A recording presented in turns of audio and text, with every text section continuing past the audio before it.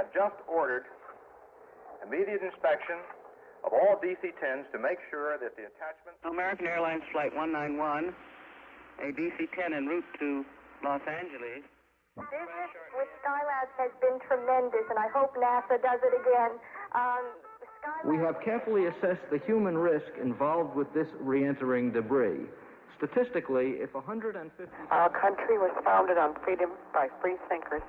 We are no less free thinkers than our forefathers. This morning I would like to add yet another important discovery to be claimed by this... The bad news that we've had in the last few weeks on the inflation front, and make no mistake about it, it has been bad news. In our opinion, the President of the United States has every right to ask the American people... I think there's reason for Americans to be concerned about the state of affairs in Washington.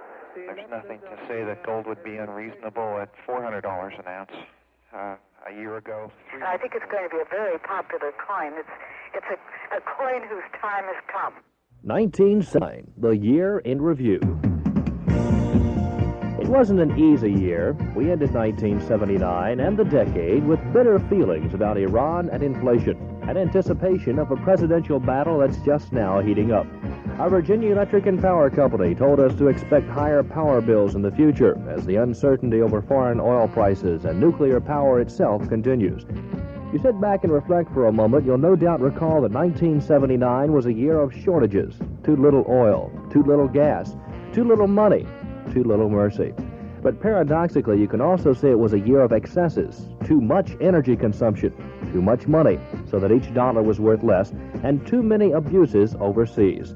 We saw doubts about our state's educational process. Is Johnny getting enough of the 3 R's, reading, writing, and arithmetic? Or has the modern teaching system de-emphasized the basics? The loudest note as the year ended was being played in Iran, where 100 or so people remained captive at the hands of militants angry with American excesses of the past.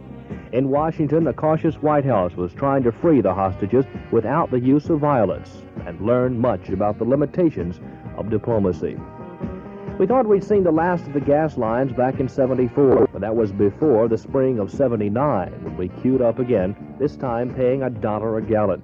Perhaps the most persistent carryover into this new year is inflation. Our economy is supposed to have been sick in 1979, and if the value of a dollar bill is any indication, it was. But the recession the analysts have predicted is barely here, and it's bound to command much of our attention in 1980. The Old Dominion, itself bucking the tide toward collective bargaining for public employees, saw a year-long bitter dispute at the largest private employer, Newport News Shipyard, for union representation. The year began on an optimistic note. After 30 years, Washington granted official recognition to the communist government in China. Diplomatic relations were established on New Year's Day 1 year ago, and it's meant more trade and a slightly less tense relationship with Peking.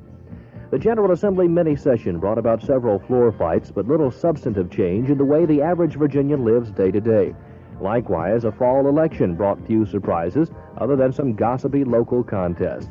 It was the year in which we lost some old friends. John Wayne succumbed to cancer. Arthur Fiedler and Nelson Rockefeller were struck down by heart attacks, and Mamie Eisenhower died after a stroke. Virginia saw tornadoes in 1979, and the weather surprised the state with an early October snowfall. '79 is the year that closed with all eyes on the presidency and the frantic, expensive contest already being waged for it.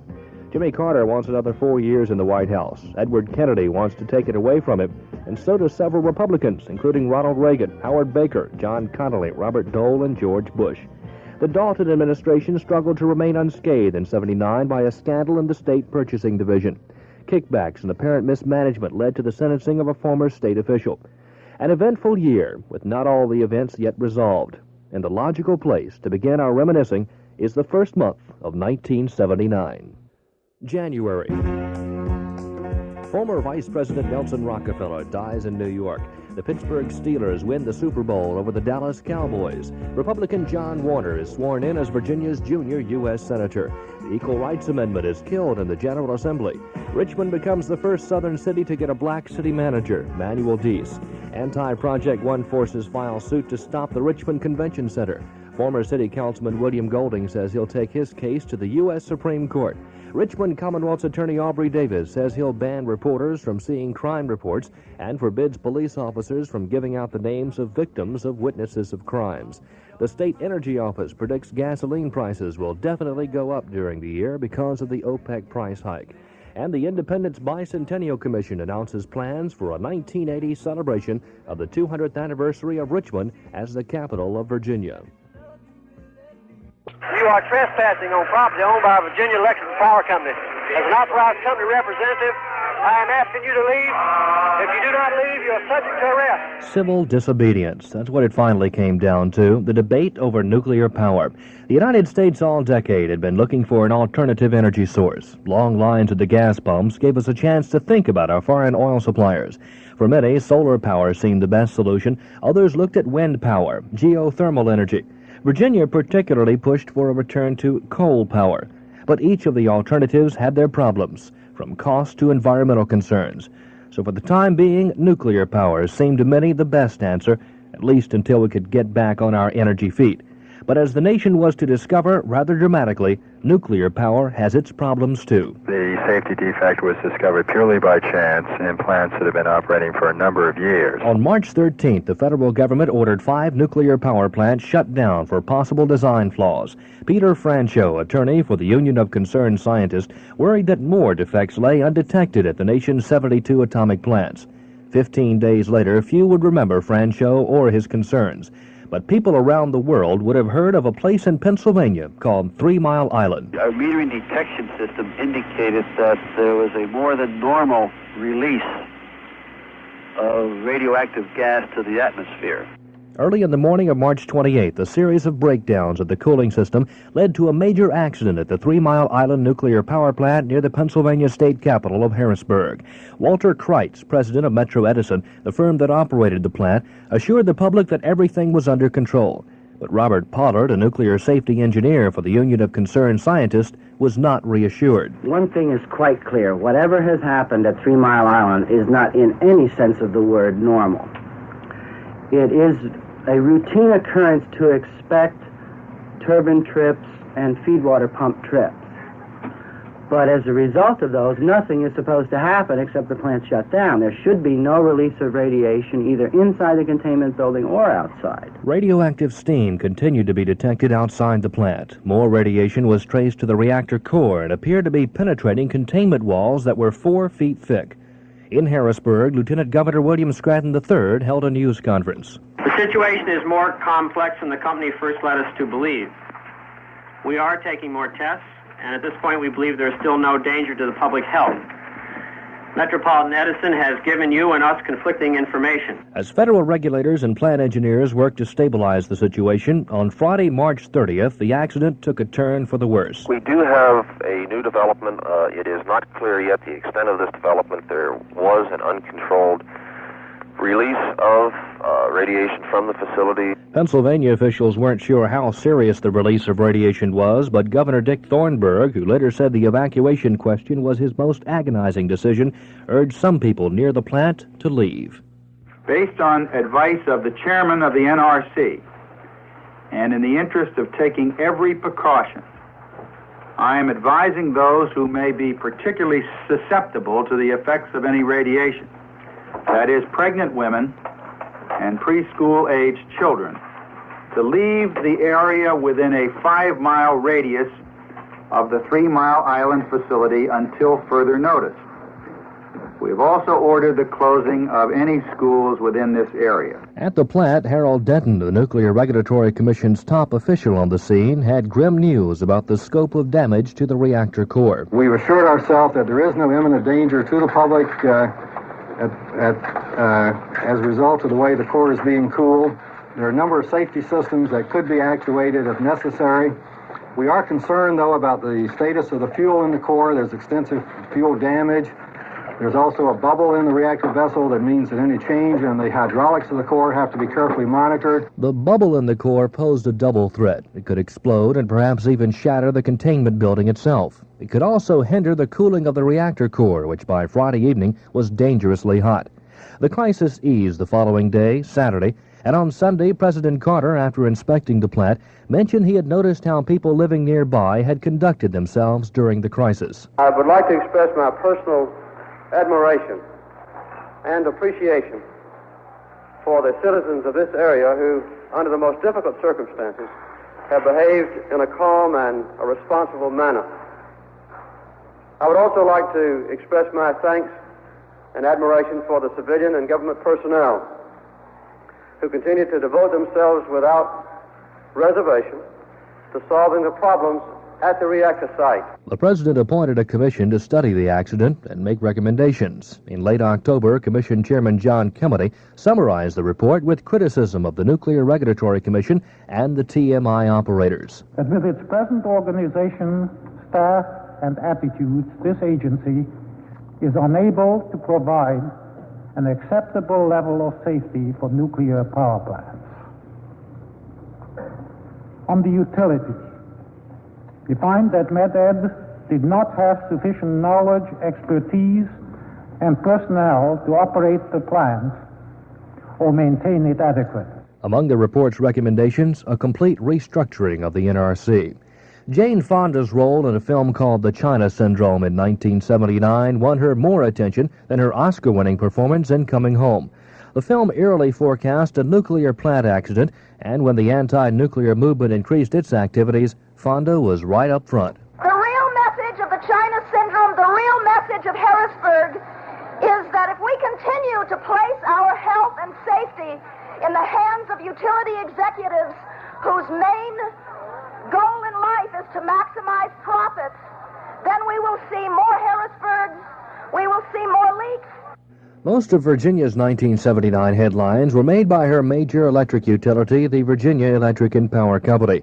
Troubles with the federal government, troubles with the oil-producing countries, and troubles with its own employees made VEPCO officials look seriously at their public image. Enough, finally, to commission an independent consulting firm to find out what they were doing wrong. Of course, a lot of the public's disdain with VEPCO could be traced to a national level. 3 Mile Island and the nuclear questioning movie The China Syndrome had people across the country wary of their power utilities. But some of the problems were right here at home, in the VEPCO system. The first of many problems for VEPCO occurred on March 21st. The utility discovered cracks in one of 3 plates designed to direct the flow of reactor coolant in the company's North Anna Power Station Unit 2. The discovery was immediately reported to the Nuclear Regulatory Commission. North Anna Unit 2 is presently under construction. The steel plate involved is only used to streamline the flow of water and does not affect the integrity of the main cooling pipe. VEPCO spokesperson Sarah Demarest announced the bad news to the media. The only good news coming out of the incident was that the other 2 plates were apparently without cracks. The cause of the cracks and the time necessary to repair them is not known at this time. VEPCO is investigating the cause and method of repair. The company has no reason to believe at this time that a similar situation exists in North Anna Unit 1. Although inspection may become necessary for that unit in the future. The cracks pose no threat to the public safety, but with 3 Mile Island in the air, the people would keep a close eye on VEPCO's nuclear units in the future. In fact, the Nuclear Regulatory Commission ordered Unit Number 1 at North Anna shut down to see if its plate showed any similar cracks. That left Virginia without any nuclear power for 2 months. And then on May 8th, national headlines. Someone had apparently tried the first case of nuclear sabotage in the country's history.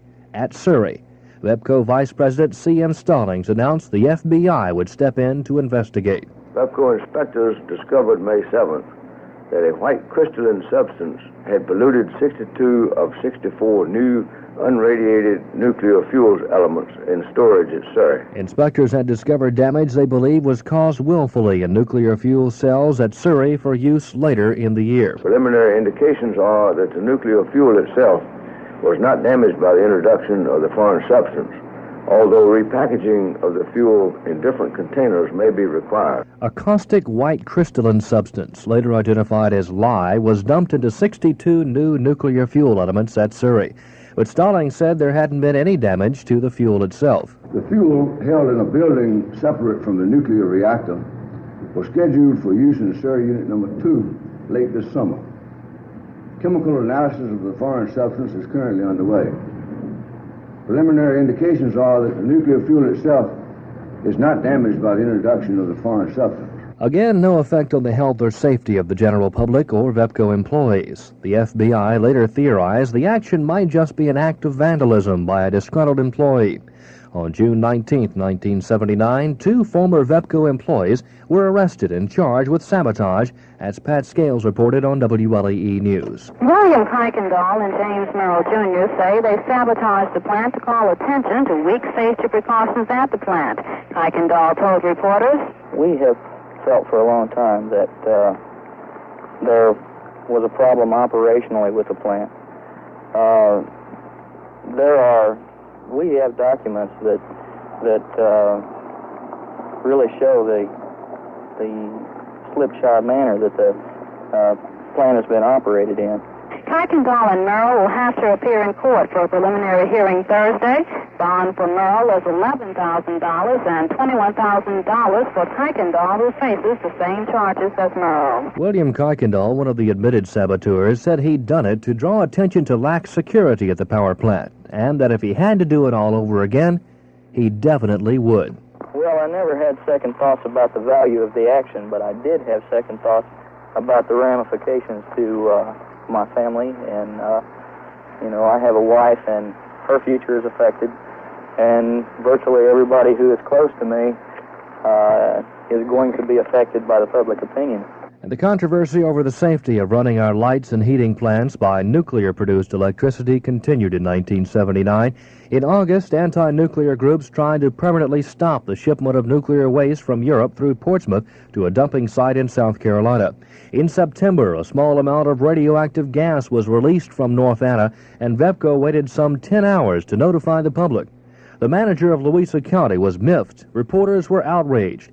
But Governor Dalton said the whole incident was blown way out of proportion. My concern is that the press leads the people of Virginia to believe that we almost had a 3 Mile Island situation on our hands, which I just don't believe is the case. In October, VEPCO announced it might convert 2 planned North Anna nuclear units to coal. President Stanley Rigoni said it's obvious the federal government right now is not content with the nuclear power option. Not content was putting it mildly. For on November 5th, the Nuclear Regulatory Commission decided to extend its delay of licensing new nuclear power plants, largely because of the 3 Mile Island incident. VEPCO said that would cost Virginia customers about $14 million a month for each month the North Anna unit was kept from starting up. And the question begins to hit the pocketbook again. Nuclear power has been touted as the cheapest form of energy for the immediate future. But with environmental and safety concerns causing extended delays in efficient operation, is nuclear power going to be the savior or the villain in the 1980s? February. A Pioneer probe of Venus discovers an enormous cavern in the equator. Heavy rains send many Virginia rivers on a rampage, forcing residents of low-lying areas to evacuate their homes and authorities to close water-blocked roads. The General Assembly and the governor approve an annexation package that many hopes brings an end to the century-old bickering between cities and counties. The National Transportation Board says pilot error is responsible for the plane crash that killed U.S. senatorial candidate Richard Obenshain the previous August. The circumferential highway I-295 proposal causes dissension among the city of Richmond and its surrounding counties. The Virginia Senate votes 21-18 to outlaw instant bingo, and then votes 36-3 to revise the state's bingo law to tighten control over regular bingo. The Virginia House of Delegates approves a $47 million package of additional state spending. Richmond City Council decides to extend free downtown parking to encourage shoppers to spend their dollars in the core city. Gasoline, another source of energy. The energy needed mostly to drive our automobiles. We had suffered through the gas crisis in the winter of 73 and 74. Whether we were ready or not, the crisis was coming back. Energy Secretary James Schlesinger appeared before a congressional committee in March of 1979. We have a special problem in gasoline. It is not easy to substitute coal or natural gas for gasoline, and we have the possibility, Mr. Chairman, of spot shortages in gasoline. This summer, I do not want to overemphasize that possibility. Some spot shortages next summer. When Schlesinger worried out loud, some major oil companies began cutting gasoline allocations to dealers. The result appeared first in California, and as correspondent Gary Froseth noted, it didn't always bring out the best of human nature. A woman 8 months pregnant, beaten by a man who thought she had cut in line, guns drawn, gas pump hoses cut, angry words. Those are the ingredients that have combined to make life for California motorists downright miserable. The gas crunch is getting to everyone. It's become a common sight to see long lines of cars queuing up at the few open gasoline stations waiting to get their tanks filled. Many a gas station operator found himself the target of abuse from frustrated motorists. As the gas shortage moved eastward, President Carter, who only weeks before had removed price controls on oil, summed up his frustrations in trying to persuade Americans to conserve fuel. In spite of the large amount of publicity that has swept the nation, and indeed the whole world, in the last 12 months about energy shortages, the consumption of gasoline, for instance, continues to rise quite rapidly. It's much higher now than it was in California a year ago. And I think there's a general sense among American people that the issue's going to go away. There was a lot of finger-pointing during the summer of '79, with the public blaming the oil companies blaming the government, and the government blaming the public. Yale University professor Dr. Jerome Singer viewed the problem as one deeply embedded in the American psyche. I think this is really a disastrous psychological effect. I think the American people have what I would call almost an insane reaction about their cars and gasoline. While it's true that many people need cars to get to and from work, they have simply never given any serious thought to alternative possibilities. Not only did motorists have to wait in line to buy gas, once they reached the pump, they were faced with prices as high as $1 a gallon. In Virginia, officials told us the California gas lines wouldn't reach us because they do a lot more driving out there than we do here. But by the end of April, Virginians would have welcomed gas lines. There could be no lines when the stations are closed. I think that the scarcity of supply is probably going to get worse before it gets better. I have been receiving some reports that would indicate that the companies may go on a smaller allocation fraction for May than they had during the month of April. Jim Heiser, head of the state's Gasoline Retailers Association, said from 60 to 70% of Virginia's gas stations were to be closed every weekend during the spring.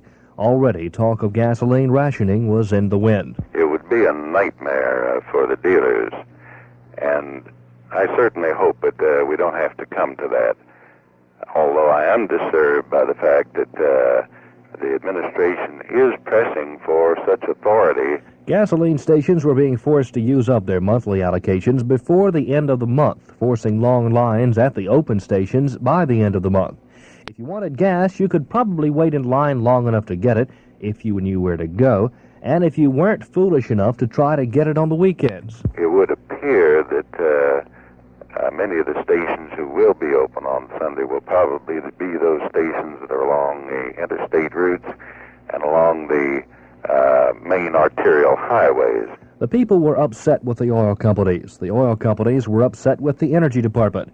In Virginia, Governor Dalton decided it was time to take action. In mid-June, Dalton ordered the state Energy Department to come up with a plan to ease the long lines in northern Virginia. I will be meeting with President Carter and other governors in Louisville on Sunday to review actions that have been taken throughout the nation to alleviate the gasoline shortages. We completed a second survey of elected officials in urban areas outside of northern Virginia this week and found again that almost all are opposed to the expansion to odd-even system or to minimum purchases in their area at this time. The governor proposed a rotating system of station closings so there would always be gas available somewhere in metropolitan Washington. By late June, Governor Dalton, Mayor Marion Barry of D.C., and Maryland Governor Harry Hughes met and decided to implement an odd-even system of gas rationing in the three localities. But Dalton stressed odd-even would only be in effect for the northern part of Virginia. We have found very few lines outside of northern Virginia. We did have some lines the middle or latter part of last week in the Hampton area. Odd even never came to other parts of Virginia. In fact, by the end of the summer, the lines began to shorten. The gas stations decided to stay open a bit longer, and in general, the crisis was over. State Energy head George Jones gave most of the credit to the people. What's doing the job is a reduction in demand, conservation by the people. The retail gasoline dealers have done such a responsible job in doling out a scarce product. The supply situation has improved slightly. But problems brought on by the '79 gas crisis remain today in 1980. Because of the shortage, gas dealers were allowed to raise their retail prices to over $1 a gallon. And though the gasoline is back, no one's backing off those prices. And as fewer Virginians could afford gasoline or find it, less revenue came into state coffers from the gasoline tax. Governor Dalton considered a hike in the state gasoline tax to make up for the lost money, which is used to build and maintain state highways. March. NASA discovers Jupiter has a ring around it like Saturn and Uranus. Britain's House of Commons votes against Prime Minister Callaghan. Governor Dalton sends overseers to keep an eye on the scandal-tainted State Division of Purchases and Supply. State Democratic Party officials announce President Carter will be the guest speaker at their annual Jefferson-Jackson Day dinner in April. Norfolk Ledger-Star reporter David Chandler is found in contempt of court for refusing to reveal his sources regarding a story concerning the State Purchases and Supply Division. The General Assembly ends its 1979 session with relatively few bills of major importance. State officials begin expressing concern about the energy shortage. 2 Virginia State College students drowned in the Appomattox River in Petersburg during initiation rites for 2 social fraternities. Virginia Commonwealth University basketball coach Dana Kirk says he won't return next season as head coach for VCU. And the State Corporation Commission dismisses a 2-year-old case calling for the suspension of an insurance license for Joseph Palumbo of Charlottesville. The small Mideastern country of Iran made headlines on the first day of 1979, and it took 365 days of new developments before it made headlines on the last day of 1979. It all began 1 year ago today, January 1st, when the Shah Mohammad Reza Pahlavi told reporters he'd love to go on vacation if, in his words, the situation permits. The situation was a revolution that was to overthrow the Shah within the month and put Iran into direct confrontation with the United States by year's end. 1979 found Iran in a state of chaos. Strikes crippled the economy. Muslims and Marxists rioted in the streets. The target was the country's ruler, the Shah, a close friend of the U.S., but a monarch accused of oppression and torture. Under increasing pressure, the Shah left his country in January after installing a civilian regime. From then on, events began moving with greater speed. The Shah arrived at the airport in a convoy of 8 helicopters and got into a Royal Boeing 707 jet and took off with the Shah himself at the controls. So the Shah has flown himself out of the country. The Shah has left Iran, he says, for a vacation.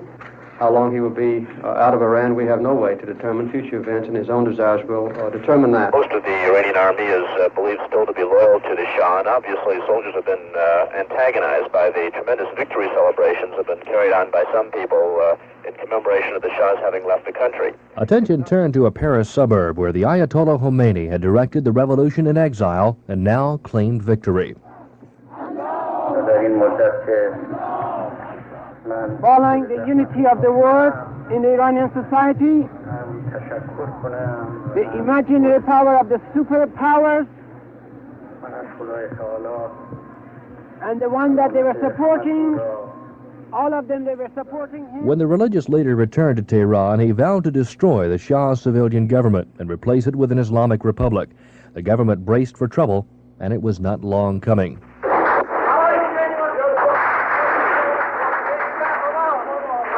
That, in fact, is very close indeed. Couldn't see that. I don't know where it came from. After bitter street fighting in Tehran, the Shah-appointed government was overthrown February 11th. As Khomeini and his followers went about the establishment of a new government, one of his top aides, Dr. Ibrahim Yastid, warned those who had opposed the Ayatollah that they could expect swift Islamic justice. I am warning those that they may take action against this provisional government, that the punishment for them will be very harsh according to the Islamic jurisprudence. The world soon learned how severe Islamic jurisprudence could be. 350 people, mostly members of the military and the Shah's regime, were executed by firing squad after the briefest of trials. In November, Iran and the United States were engaged in what one American official described as economic and political warfare when an Iranian mob seized hostages in the American embassy in Tehran. They demanded the return of the Shah, who was being treated for cancer in the United States. The U.S. refused. This was not just an unprecedented breach of international law by the militants. It was also the catalyst for a burst of American anger and patriotism not seen since the bombing of Pearl Harbor. The Iranian militants probably didn't realize this as they issued this statement. This is a message of the students in the American Embassy of Tehran. We are not against the people of the USA. We are against of the United States policy in Iran. Americans, supposedly fragmented by issues of race, age, sex, and wealth, suddenly found themselves unified in an outpouring of anger at Iranian students in this country who were demonstrating in support of the embassy takeover. College students who 10 years before might have been waving signs with anti-war slogans were waving American flags, singing patriotic songs. President Carter, after taking a series of economic measures against Iran, urged calmness and restraint. I have welcomed and I appreciate the restraint that has been shown by Americans during this crisis. We must continue to exhibit such constraint, despite the intensity of our emotions. As 1979 and the decade drew to a close, President Carter looked at Iran and issued a warning. No one should underestimate the resolve of the American government and the American people in this matter. It is necessary to eliminate any suggestion that economic... April. Ugandan dictator Idi Amin is ousted by Tanzanian troops. Actor John Wayne gives the public a last glimpse of the Oscar presentations. The clipper ship Pride of Baltimore sails into Delaware Bay after being missing for 3 days. The purchase manager and number 2 man in the State Division of Purchases and Supply is fired. The Navy says it's turned over its dispute with Hampton television station WVEC to Naval Intelligence. The State Corporation Commission awards VEPCO a $150 million rate hike. Governor Dalton urges all Virginians to carpool on one day to show their support for energy conservation. Few did. The state Supreme Court upholds a death sentence for Morris Mason, convicted of the murder of an elderly Eastern Shore woman. President Carter comes to Richmond to speak at the Jefferson Jackson Day Dinner, an annual Democratic function. And a Richmond Circuit Court judge upholds the city and its effort to sell $31 million in bonds for Project One. In 1979, Virginians got the first substantive look at how our school students are measuring up to set standards of education. The State Education Department announced the results of the statewide competency test. Dr. Richard Boyer. There were 84.1% passed both tests in this second round this spring, as compared with 82.2% last fall in the first round. Black 9th grade students scored significantly higher on the test in the spring than did their 10th grade counterparts the previous fall. Boyer said he couldn't explain the jump, except that perhaps students and teachers took the test more seriously this time around. White students also showed improvement, but by a smaller margin than blacks. Dr. Boyer said the best news was that the overall passing rate was up. The boys had been below the girls in reading last time. They still are. They seem to be gaining a little bit. Black students were below white students last time. They still are, but again, they appear to be gaining at a faster rate than the white students. More than 71,000 students took the reading and mathematics tests in April. The elementary and secondary school system in Virginia escaped unscathed, but the state-supported community college group was blasted in '79. In May, a legislative subcommittee was told the 23 college system was an over-centralized bureaucracy with a passel of personnel problems. The next month, the State Board for Community Colleges accepted the request of Chancellor Dana Hamill that he step down from the post. I now feel it would be in the best interest of the system for me to request that I be temporarily relieved of day-to-day duties here and be assigned as a consultant to the State Board for a year, beginning no later than July 15, 1979, and ending on June 30, 1980. Hamill assumed the role of a consultant for the system. Meanwhile, Bernard Haggerty, a board member, urged they move slowly after their leader resigned. We have a tremendous responsibility to the over 100,000 individuals that are attending our institutions, to the fine faculty and presidents who run these institutions. Criticisms of the Hamill administration had forced him to step down as chancellor, but this move didn't end the controversy. Hamill's replacement, Dr. Richard Ernst of Northern Virginia Community College, said problems with the system's enrollment projections had caused a lot of confusion. The enrollment figures were used to get funding from the General Assembly. We are indeed trying to come up with methods and projections so that our enrollment figures can be more accurate, because I can assure you that from a management standpoint, We are much better off to know the dollars that we're going to have, be able to deal with them and plan throughout the biennium. The board brushed aside claims phantom students had been created to get more money from the state legislators, and in July, the State Council of Higher Education announced they had confirmed inflated enrollments at some of the colleges in the community college system. May. A DC-10 crash in Chicago takes 273 lives, the worst in U.S. history. Margaret Thatcher becomes Britain's first woman prime minister. The state police obtain a secret diary kept by purchasing officer Robert Maitland that details alleged corruption within the State Division of Purchases. Former state purchasing manager Roy Scott, who had been fired in April for alleged administrative misconduct, appeals his dismissal. The U.S. Supreme Court upholds Virginia's death penalty law and refuses to hear an appeal by condemned murderer Michael Marnell Smith.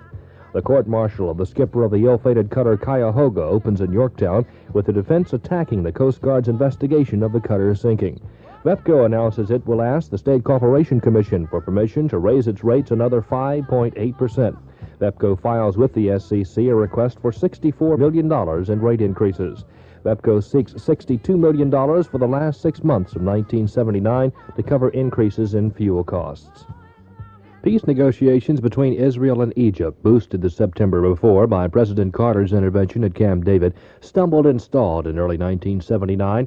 In late February, President Carter left for the Middle East in one last effort to pull both sides together in a peace treaty. I leave tonight on a new mission in the service of the oldest of human dreams, the dream of peace. President Carter and Egypt's President Sadat have stood all the way in from the airport to downtown Cairo in an open limousine, acknowledging a tumultuous welcome from hundreds of thousands of Egyptians. It's a very enthusiastic welcome. In Jerusalem, a solemn President Carter listened to the heated debate on treaty issues before speaking to the Knesset. The people of the two nations are ready now for peace. The leaders have not yet proven that we are all... The Israelis have flatly turned down American suggestions for breaking the deadlock over Palestinian Arabs living in Gaza, the impasse over Sinai oil, and the stalemate on an exchange of ambassadors. President Carter's headed home Tuesday night because there's nothing more to talk about. As one source said, it's a frustrating business for Egyptian radio and television broke into regular programming to announce that U.S. President Jimmy Carter was returning to Egypt Tuesday to meet with President Anwar Sadat. A presidential spokesman said that the two leaders would probably confer for only a few hours at Cairo International I have just informed Prime Minister Begin by telephone of President Sadat's acceptance. I am convinced that now we have defined all of the main ingredients of a peace treaty between Egypt and Israel.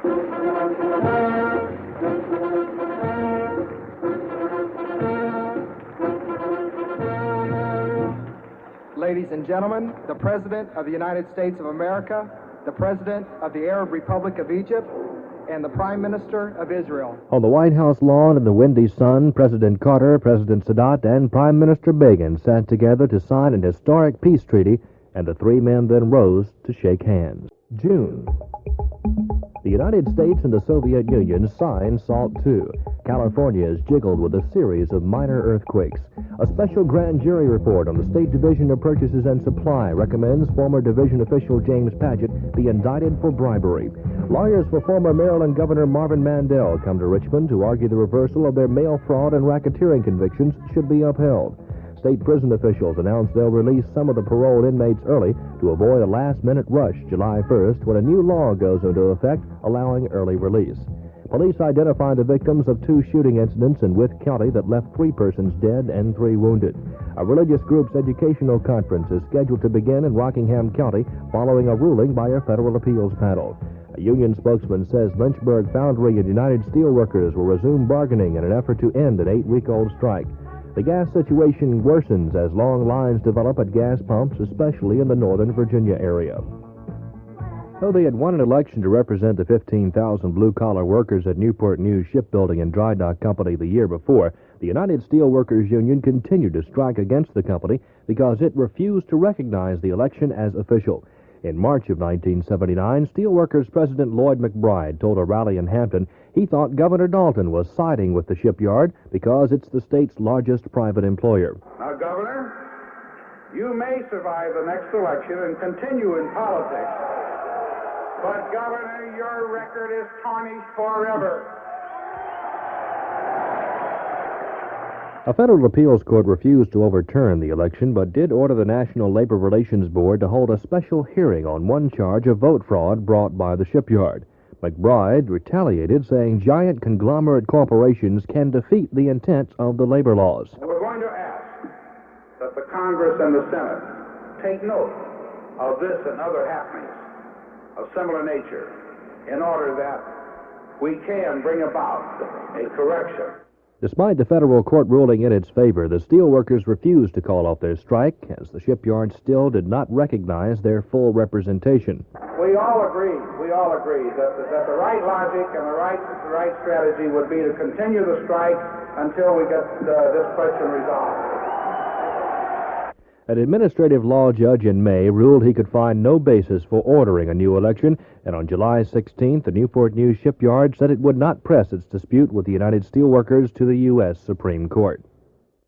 July.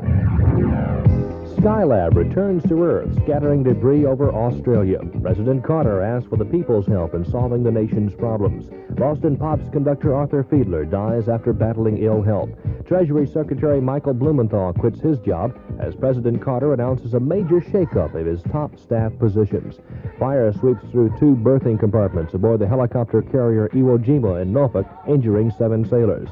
State police identify a 3rd surveyor killed in a shootout at a house near Evergreen as 26-year-old Bruce Stephen Draper of Pottstown, Pennsylvania.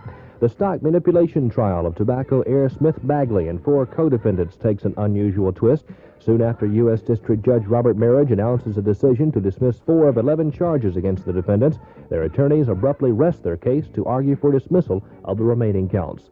State police probe allegations of misuse of federal job training funds by a now-defunct Franklin County Center for Emotionally Disturbed Children. August. Congress recesses without acting on any of President Carter's energy plans. Hurricane David kills more than 1,200 people in the Caribbean. Britain's Lord Mountbatten is killed in a bomb explosion. A junta of military officers hands the power of Ecuador to a president. The president of Equatorial Guinea is executed following a coup. 5 Charlottesville policemen filed $1 million suits alleging they were permanently injured from inhaling toxic fumes from a leaky railroad tank car. Former state purchasing official James Padgett pleads guilty to bribery and receives a 10-year prison sentence. A federal court jury in Richmond finds R.J. Reynolds tobacco heir Smith Bagley, a Washington socialite and friend of President Carter, and 4 co-defendants innocent of stock fraud charges. Attorney General Marshall Coleman says he wants to strengthen the people's right to a public trial. And law enforcement officers in Tidewater are quoted as saying a multi-million-dollar drug and vice trade is flourishing in the resort city of Virginia Beach. The United States broke formal ties with Taiwan in 1979 and established normal relations with the People's Republic of China. President Carter welcomed Chinese leader Deng Xiaoping to the White House with a brass band and words of peace. But the Chinese leader, speaking through a translator and using the word hegemony as a code word for Soviet expansionism, filled the air with warnings of war. With the full backing of the Soviet Union, Vietnam is brazenly subjecting democratic Kampuchea to a massive armed aggression. Europe, too, is overshadowed by the threat of war. It is very evident that hegemonist expansion is the main source of turmoil in all parts of the world. As Deng spoke in Washington, Vietnamese troops and rebels overran most of Cambodia, an ally of China. No sooner had Deng departed for home than China retaliated. What the Vietnamese have been saying is that a Chinese army composed of infantry units, artillery units, and tank units opened a large-scale front 450 miles long on the northern border of Vietnam. The world held its breath as the Soviet Union warned China to withdraw from its ally, Vietnam, and China vowed to teach Vietnam a lesson. In the end, China did withdraw from Vietnam, but the devastation of Cambodia, or Kampuchea, continued, and millions who were not killed in fighting starved to death. September. The price of gold shoots to over $400 an ounce. Hurricane Frederick causes $2 billion damage in the U.S. Pope John Paul arrives in Ireland urging reconciliation. The Central African Republic Emperor is overthrown. Governor Dalton goes to the Washington suburbs to look at areas hit by tornadoes. Norfolk Judge Joseph Jordan is censured by the Virginia Supreme Court for judicial misconduct. A former executive secretary of the Bedford chapter of the American Red Cross is indicted. 2 former Hampton Road shipping executives are indicted in connection with an alleged cocoa bean scheme. Authorities recapture an inmate who escaped from the federal prison in Petersburg. And House Appropriation Committee members challenge a key Dalton administration official in a dispute involving who's trying to control state job growth, the governor or the General Assembly. October. The Federal Reserve Board moves to dry up credit to try and slow inflation. 3-year-old Chad Green, a Laetrile patient, dies of leukemia in Mexico. Pope John Paul II visits 6 American cities in a historical event. Yankee manager Billy Martin is fired for a barroom altercation. A DC-10 crashes in Mexico City and kills 73 people. The weather proves it's no respecter of the calendar by dumping snow on northern and western sections of the state of Virginia. 15 persons are injured when a natural gas explosion demolishes the Greene County government building. A state grievance panel says the Division of Purchases and Supply should reinstate an employee who was fired for accepting gifts. A federal probe into labor racketeering reportedly zeroes in on 6 high officials of the International Longshoremen's Union in Hampton Roads. And the lawyer for the skipper of the Coast Guard cutter Cuyahoga accuses the service of misconduct. Much like the first chapter of a book, 1979 was the year when people were laying the political foundation for the big one, the 1980 presidential campaign. We are here this morning as Democrats because we feel betrayed. It was a time of political trouble for President Carter. Minnesota Congressman Richard Nolan and a few other liberal Democrats announced they were breaking with the president and went to work persuading Senator Edward Kennedy to seek the nomination in 1980. While Kennedy insisted that he expected to support Mr. Carter, he dropped many hints that he might change his mind. In a commencement speech at Boston University in June, he teased the school's president and the occupant of the White House. I don't want to give a hard time to President Silver today, or to any other president. It's hard enough being a president these days. At least that's what I'm told. I, of course, don't have any first-hand experience at it yet. As Carter's popularity in the polls continued to plunge, the senior senator from Massachusetts made it official on November 7th. And therefore I take the course compelled by events and by my commitment to public life. Today I formally announce that I'm a candidate for President of the United States. The following day, California Governor Jerry Brown announced his bid for the nomination. While the 3 Democrats mapped strategy for 1980, the Republicans had no difficulty fielding candidates. Former California Governor Ronald Reagan, former Texas Governor John Connally, former CIA Director George Bush, and Senate Minority Leader Howard Baker led a crowded field at year's end. Former President Gerald Ford ruled out an active pursuit of the nomination, but made it clear he would be ready should his party call. In Virginia, State Republican Chairman George McMath announced his resignation in 1979, and attention turned to Fredericksburg State Senator John Chichester to replace him. Chichester, it seemed, had other ideas. That I am committed to represent with all my energies the people of the 28th Senatorial District. I will not be a candidate for the state chairman of the Republican Party, either in an interim or on a permanent basis. It was Dr. Alfred Kramer, the state GOP Western vice chairman since 1976, who took over the reins of the Republican Party in Virginia in June. The Democrats found a squabble in August that would take both parties almost into the courtroom. State Democratic Chairman Richard Davis announced they'd ask a federal court to award them $2,500 damages for every day that sale of a controversial voter list was stopped by the Republicans. Many of our candidates have very modest little staffs, one person helping them. Well, the inability to provide them with this kind of assistance is damaging, and when you multiply that around the state, $2,500 may not even touch it. Davis said he was surprised and dismayed that the Republicans would try to prevent sale of their computerized voting list. It appears to us that the Republican Party is using both the federal and state courts in an effort to further a political process. On August 17th, former State Attorney General Anthony Troy announced the state Democratic and Republican parties had reached an out-of-court settlement that would allow the Democrats to get the computerized list with some modifications. November. Consumer prices rise 1%, continuing double-digit inflation. Unemployment peaks out at 5.8%. The FAA confirms 4 F-15 jet fighters from Langley Air Force Base nearly collided with an Air France Concorde supersonic jetliner over the Atlantic the month before. A chemistry lab supervisor at the Norfolk Naval Shipyard denies engaging in any unfair labor practices. Communications workers in Fredericksburg vote whether to join Richmond and Petersburg area CWA members in favor of going on strike. 2 Virginians are among the 10 American hostages at the U.S. Embassy in Tehran, whom Iranian officials say may be released shortly. A special ceremony at the South Pole is planned to honor the historic flight over the pole made by Senator Harry Byrd Jr.'s uncle 50 years ago. All 140 members of the Virginia General Assembly were up for election, but there were a few surprises among the winners. The Senate does get its first female member. The Teamsters Union representing Richmond's police officers demands a 15% pay raise, hinting a strike would be forthcoming if demands aren't met. December. Assistant Attorney General Joseph Kessner, who heads the probe of bribery and bid rigging in the State Division of Purchases and Supply, rejects recommendations by state police that 12 individuals be indicted. The State Corporation Commission is urged to trim VEPCO's 1980 fuel cost recovery request by some $50 million. Attorney General Marshall Coleman says he wants teachers in public schools given more authority to handle students who pose discipline problems. Senator Harry Byrd Jr. calls the negative vote on SALT II by the Senate Armed Services Committee highly significant. VEPCO gets indications the State Corporation Commission will approve its request for $46 million to put the second nuclear unit at North Anna Power Station into operation. Governor Dalton says he expects energy problems will keep on being the major issue facing his administration.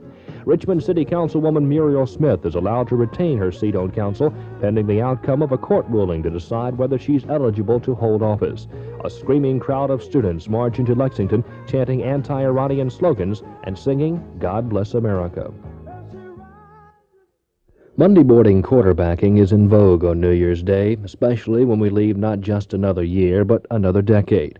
The 70s will be remembered for Watergate, Vietnam, energy shortages, and Mideast crises, but at least we came through it all, a bit stronger, a bit more unified, and perhaps a bit more prepared to face the 80s. Our president has faith in our abilities. America does face a difficult task and a test. Our response will measure our character and our courage. I know that we Americans shall not fail. 1979, The Year in Review, is a production of WLEE News. I'm Randy Davis. It's clear that the true problems of our nation are much deeper. One of the things that struck me, aside from the abject misery and the sadness and President Carter himself has confirmed the presence of a Soviet combat brigade in Cuba. He has said that it consists of 2,000 to 3,000. I have concluded that the brigade issue is certainly no reason for a return to the Cold War. We're in the city of Matagalpa, in the headquarters of the Red Cross building. Tanzanian military sources say the final push on Uganda's capital of Kampala has begun. I know full well the responsibilities that await me as I enter the door of number 10, and I'll strive unceasingly. I think it is my duty at this time to recommend to my colleagues that we hand the government over. On this wonderful occasion, I wish to render homage. I hear he's a good guitar player, you know. I wouldn't miss it. I don't care what part of him I see or when, but I'm just delighted to be here and able to see him. It's like a historical event. Believe me when I tell you that I'm mighty pleased that I can amble down here tonight. His failure to reach the presidency was, in my view, a tragedy.